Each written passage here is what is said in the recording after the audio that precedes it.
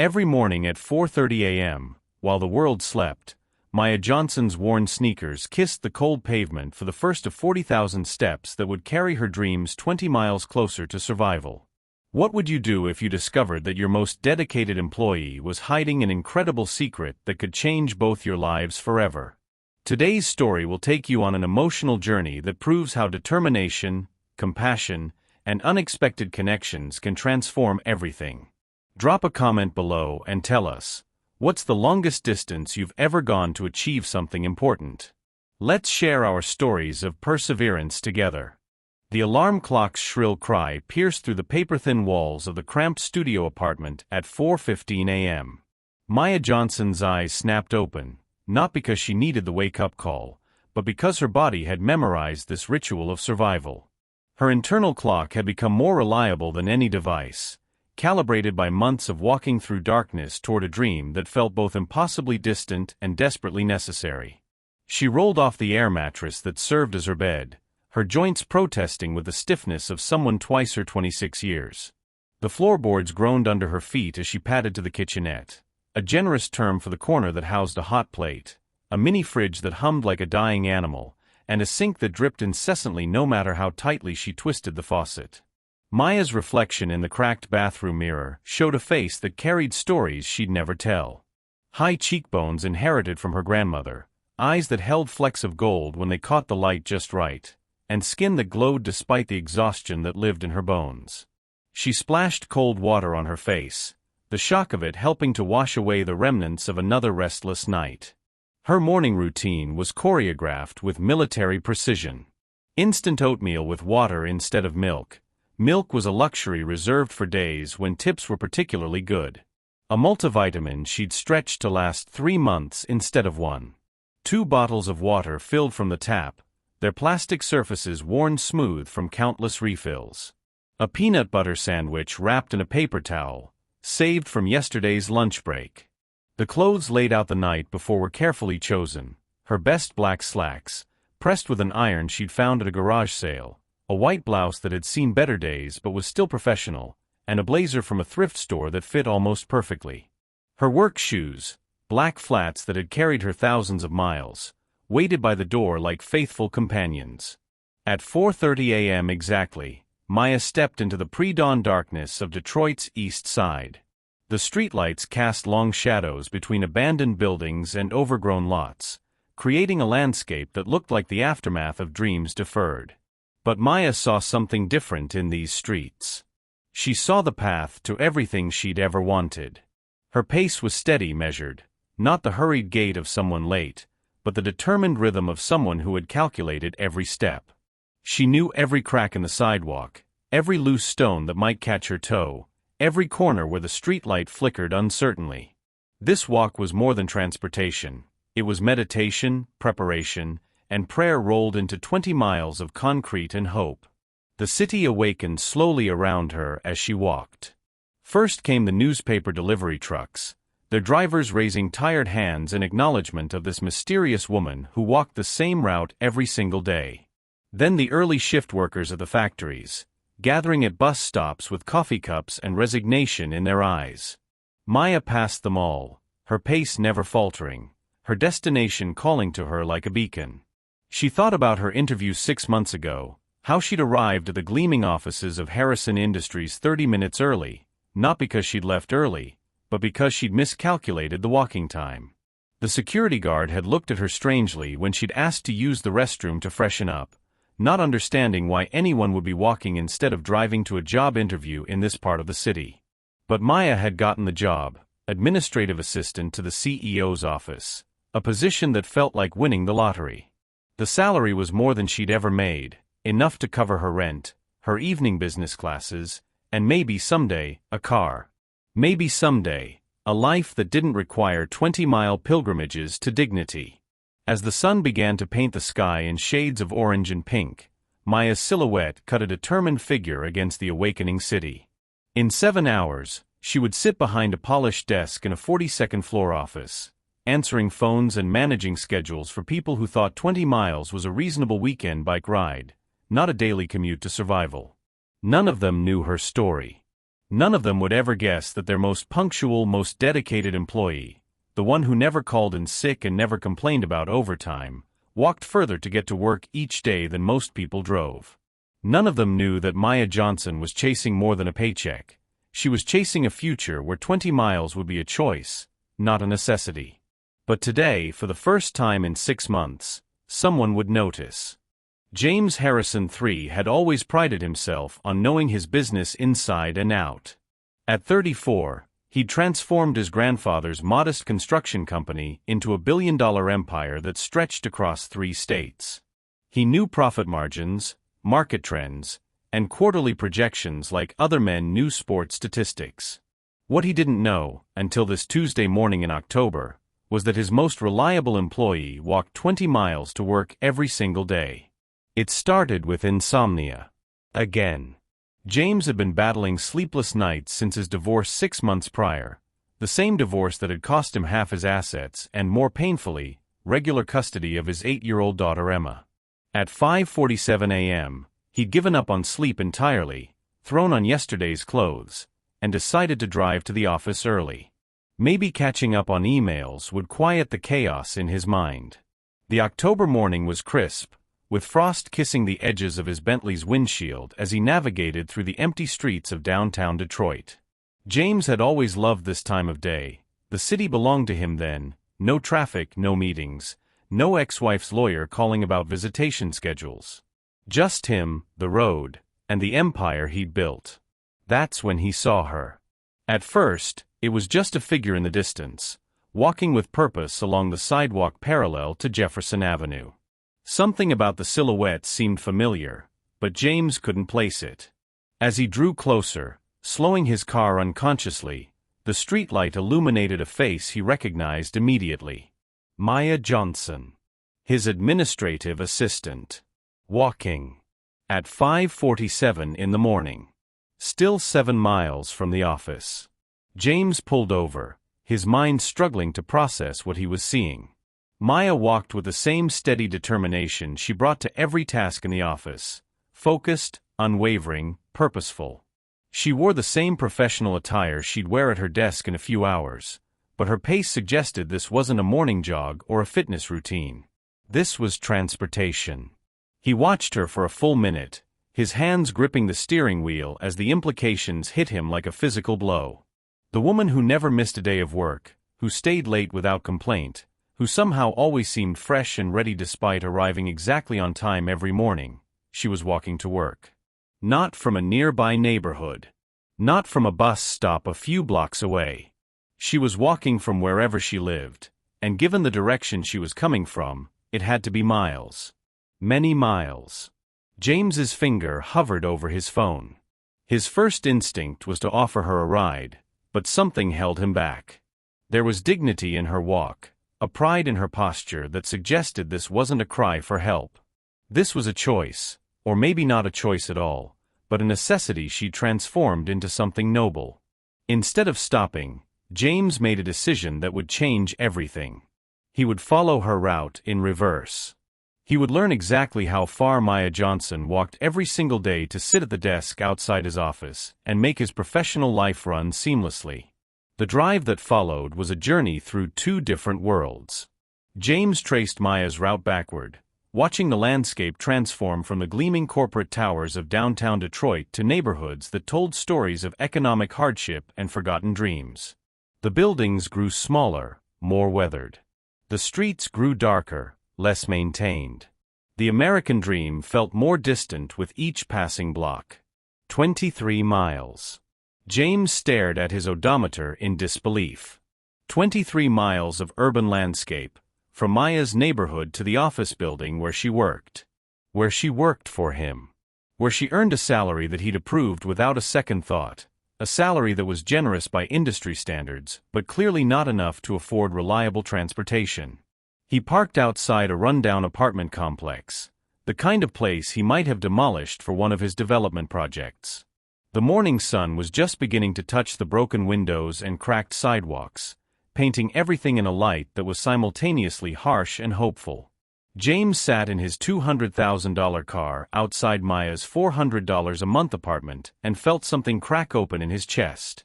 Here was a woman who walked nearly 50 miles every day, to and from work, without complaint, without excuses, without asking for special consideration. She simply showed up, every day, ready to work. What would you do if you discovered that someone you work with was making incredible sacrifices just to be there? Share your thoughts in the comments. Have you ever witnessed someone's hidden struggles that completely changed how you saw them? As James sat there, watching the neighborhood wake up around him, he realized that Maya Johnson hadn't just been walking to work every day. She'd been walking towards something bigger, a future she was building one step, one day, 1 mile at a time. And somehow, without meaning to, he'd become part of that journey. The question now was, what was he going to do about it? James Harrison couldn't concentrate.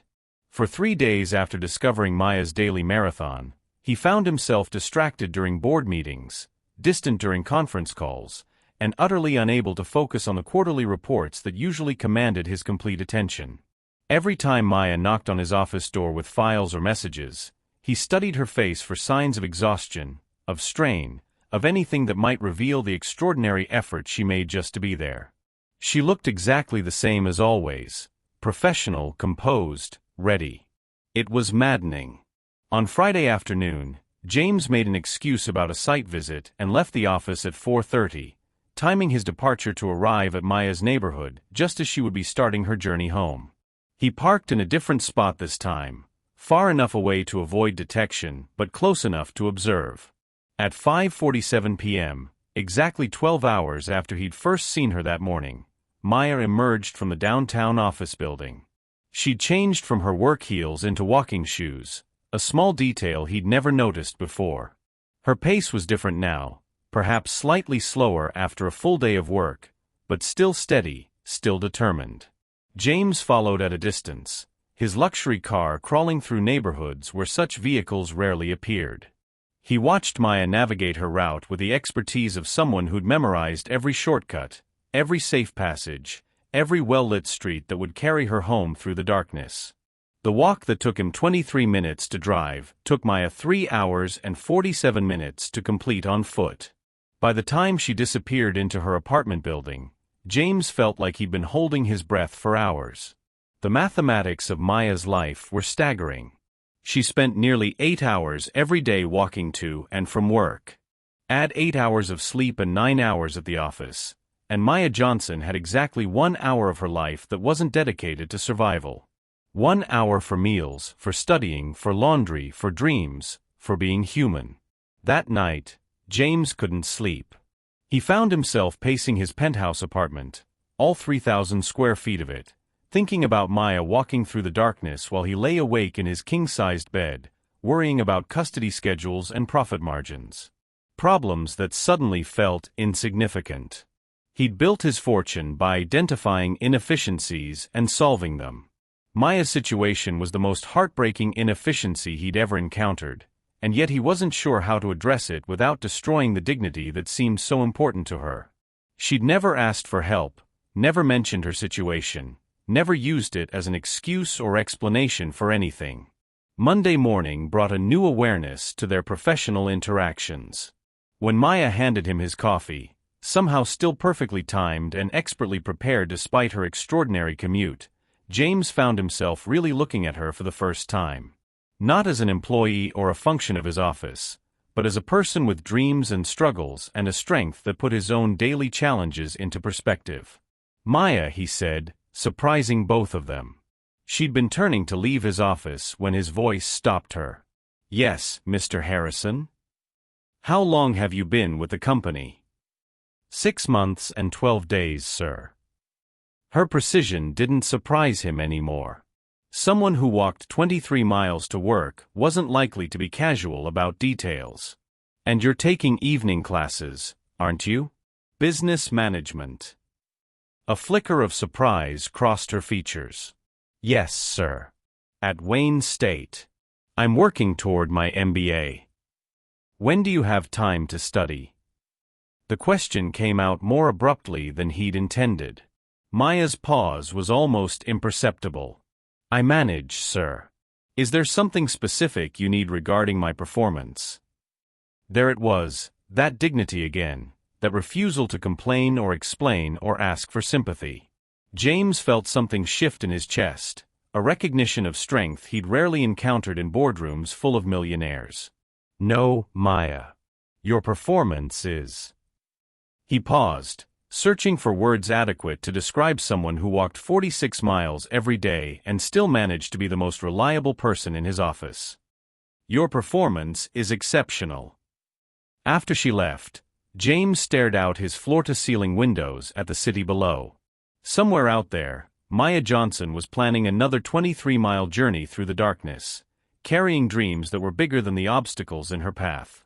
He picked up his phone and dialed his executive assistant from his previous company, someone who might have insight into delicate situations involving employee assistance programs. But even as he planned the call, James knew that traditional solutions wouldn't work here. Maya's situation required something more personal, more meaningful. Something that wouldn't just solve her transportation problem, but would honor the incredible person she'd proven herself to be. As the afternoon wore on, James found himself thinking about his daughter Emma, about the lessons he wanted to teach her about perseverance and dignity and quiet strength. Maya Johnson was teaching him those lessons every single day, one step at a time, and he was finally ready to learn. The opportunity came on a Thursday evening in November. James had been planning this conversation for 2 weeks, waiting for the right moment, the right words, the right approach that wouldn't compromise Maya's dignity while offering her the support she deserved. At 5:45 p.m., just as Maya was packing her desk for the day, James emerged from his office carrying his briefcase and coat. Maya, I'm heading out as well. Can I offer you a ride? The question hung in the air between them. Maya's hand stilled on her desk drawer, and James could see the careful calculation in her eyes. She was wondering how much he knew, how much he'd guessed, and what this offer really meant. That's very kind of you, Mr. Harrison, but I actually enjoy my walk home. It helps me decompress from the day. It was a perfect answer, gracious, reasonable, and completely true. James had expected nothing less from someone who'd managed to maintain professional boundaries while walking nearly 50 miles every day for 6 months. Maya, he said gently, I know about the walk. The words settled between them like stones in still water. Maya's posture remained straight professional, but something flickered behind her eyes. Not embarrassment, but the wariness of someone whose carefully constructed world had just shifted. I followed your route, James continued, his voice carrying none of the authority he usually wielded in business negotiations. This wasn't a transaction. This was something much more important. 23 miles. Every morning, every evening. For 6 months. Maya lifted her chin slightly, meeting his gaze directly. Has my commute affected my work performance in any way, Mr. Harrison? Maya. James set down his briefcase and moved closer to her desk, speaking as one human being to another rather than as an employer to an employee. Your work performance is extraordinary. Your dedication is unlike anything I've ever encountered. But that's not what this is about. He pulled out the folder he'd been carrying, research he'd compiled over the past week. I've been thinking about efficiency, about resources, about making sure our most valuable team members have what they need to succeed. I'd like to propose something, and I want you to hear me out completely before you respond. Maya nodded, her hands folded calmly in her lap despite what James suspected was a racing heart. I have a company car program that I've never properly utilized. High-performing employees receive access to reliable transportation as part of their benefits package. The car comes with maintenance, insurance, everything handled by the company. It's not charity, Maya. It's recognition of exceptional performance and an investment in your continued success. James opened the folder, showing her documentation he'd had prepared. Additionally, I've been reviewing our tuition assistance program. The company will cover your MBA expenses in exchange for a 3-year commitment. Again, this isn't charity. It's an investment in someone who's already proven their value. Maya stared at the papers, her composure finally beginning to crack slightly around the edges. "Mr. Harrison, I'm not finished," he said softly. "I want you to know that I've spent the last week thinking about strength. Real strength. And I've realized that what you've been doing, walking 23 miles twice a day, maintaining perfect attendance, excelling in your role, pursuing your education, that's not just dedication. That's heroism." A tear slipped down Maya's cheek, the first crack in the armor she'd worn for so many months. "I don't need pity, Mr. Harrison." "Good," James said, his voice firm but kind. "Because I'm not offering pity. I'm offering partnership. The company needs people like you, people who understand what real work means, what commitment looks like, what it means to transform obstacles into opportunities." He leaned against her desk, abandoning all pretense of formal business hierarchy. "Maya, my daughter Emma is 8 years old. Someday, she's going to face challenges that will test her character. When that day comes, I want to be able to tell her about Maya Johnson, about a woman who walked toward her dreams when she could have made excuses, who showed up every day with grace and professionalism even when life made it extraordinarily difficult." Maya was crying openly now, months of held-back emotion finally finding release. "I just wanted to prove I could do it," she whispered. "I wanted to prove that where I came from didn't determine where I was going." "You did prove it," James said. "You prove it every single day. Now let me prove something too. Let me prove that recognizing excellence and supporting it isn't charity, it's good business. It's human decency. It's what we're supposed to do for each other." Maya looked at the paperwork again, then back at James's face. She saw something there she hadn't expected, genuine respect, admiration, and a recognition of her worth that had nothing to do with sympathy and everything to do with acknowledging exceptional character. "The car comes with no strings attached," James continued. "If you decide to leave the company tomorrow, it's still yours for the remainder of your MBA program. This isn't about control, it's about removing barriers for someone who's already shown they can fly." For a long moment, the office was silent except for the distant hum of the city beyond the windows. Maya wiped her tears and straightened her shoulders, reclaiming the composure that had carried her through 23 miles of pavement every single day. "Thank you, Mr. Harrison," she said, her voice steady again. "I accept. All of it. And I want you to know, I won't let you down." James smiled, feeling something ease in his chest that he hadn't realized was tense. "Maya, you've been walking 23 miles to work every day for 6 months without complaint. I think it's safe to say that letting people down isn't something you do. Have you ever had a moment when someone recognized your struggles and offered support in a way that felt empowering rather than pitying? Tell us in the comments how that experience changed your life." 6 months later, Maya Johnson pulled into the executive parking garage of Harrison Industries in a silver Toyota Camry that still smelled faintly of new car leather. The irony wasn't lost on her. She now had a designated parking spot closer to the building entrance than some vice presidents, a symbol of how dramatically her life had transformed. But the real transformation wasn't the car, or even the MBA program that she was now attending full-time on weekends with full company sponsorship. The real transformation was in how she saw herself, and how others saw her too. Maya had become something of a legend in the company. Word had spread, not through gossip, but through James Harrison's deliberate sharing of her story during leadership meetings, board presentations, and company-wide gatherings. He spoke about her not as a charity case, but as an example of the kind of character and dedication the company wanted to cultivate in all its employees. Maya Johnson walked 23 miles to work every day for 6 months, he would tell new hires during orientation. She never complained, never made excuses, never asked for special treatment. She simply showed up and did exceptional work. That's the standard we're all aiming for. The story had inspired changes throughout the company. Harrison Industries had expanded its employee assistance programs, created more flexible work arrangements, and established a fund for employees facing transportation challenges.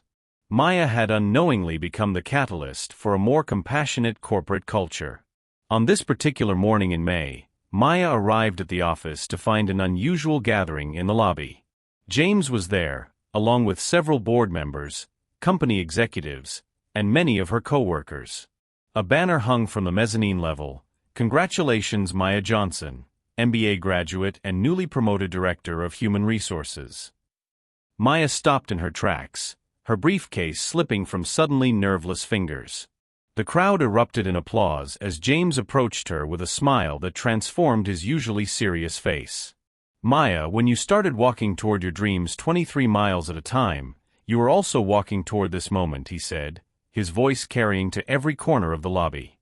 "Your MBA is completed, your performance has been exemplary, and the board has unanimously approved your promotion to Director of Human Resources. You'll be overseeing the employee assistance programs you helped inspire, ensuring that no one at Harrison Industries has to choose between their dreams and their circumstances." Maya felt tears streaming down her cheeks as she looked around at the faces surrounding her, people who had come to represent more than just co-workers. They were witnesses to her journey, supporters of her dreams, and now colleagues in the truest sense. James handed her a small wrapped box. Inside was a key ring with 2 keys, one to her office, and another to a small metal plaque that read, "Maya Johnson, 23 miles toward dreams. Infinite miles toward hope." "The second key," James explained, "is to the Maya Johnson Scholarship Fund. The company has established a program to help other employees pursue their education, and we want you to oversee it. Your story showed us that investing in people's dreams isn't just good for them, it's good for everyone." Later that afternoon, Maya sat in her new office, a space with windows that looked out over the city she had walked through in darkness so many months ago. The view included the route she used to take, the neighborhood she'd traversed with nothing but hope and determination carrying her forward. Her phone rang, and she was surprised to hear James's voice. "Maya, I have someone here who wants to meet you. Would you have a few minutes?" James appeared in her doorway moments later, holding the hand of a young girl with pigtails and bright eyes. "Maya, this is my daughter Emma. Emma, this is the woman I've been telling you about, the one who walked toward her dreams." Emma stepped forward with the solemnity of an 8-year-old delivering important news. "Daddy says you're the strongest person he knows. He says when I face hard things, I should think about how you didn't give up." Maya knelt down to Emma's eye level, seeing in the child's face the future that her journey had helped make possible, not just for herself, but for everyone who would hear her story and believe that distance, obstacles, and circumstances couldn't defeat dreams that were strong enough. "Emma," Maya said softly, "the secret isn't being strong enough to walk 23 miles. The secret is being brave enough to take the first step, even when you can't see where the path leads." As the sun set over Detroit that evening, Maya walked to her car, not because she had to, but because she still loved the rhythm of walking, the time it gave her to think and plan and dream.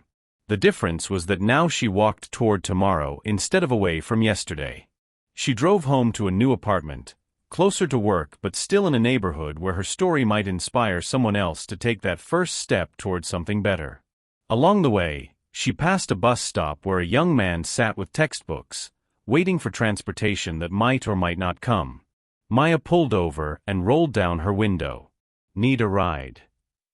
As the young man got into her car, grateful and slightly amazed by the kindness of a stranger, Maya realized that her journey had come full circle. She was no longer walking toward her dreams, she was living them. And now she could help others find their own paths forward. The road ahead stretched endless and bright with possibility, and Maya Johnson was ready for every mile of it. Maya Johnson's story reminds us that sometimes the most extraordinary journeys begin with a single step, and that recognizing the strength in others can transform not just their lives, but our own. In a world where it's easy to overlook the quiet heroes walking among us, her story challenges us to look deeper, to see the courage that often goes unnoticed, and to remember that true leadership means lifting others up. What's your biggest takeaway from Maya's story? Have you ever been a Maya, walking toward your dreams despite the obstacles? Or have you been a James, discovering the hidden strength of someone around you? Share your story in the comments below. Your experience might be exactly what someone else needs to hear to take their next brave step forward. Don't forget to like this video if it moved you, and subscribe for more stories that celebrate the incredible power of human determination. Hit that notification bell so you never miss these inspiring journeys.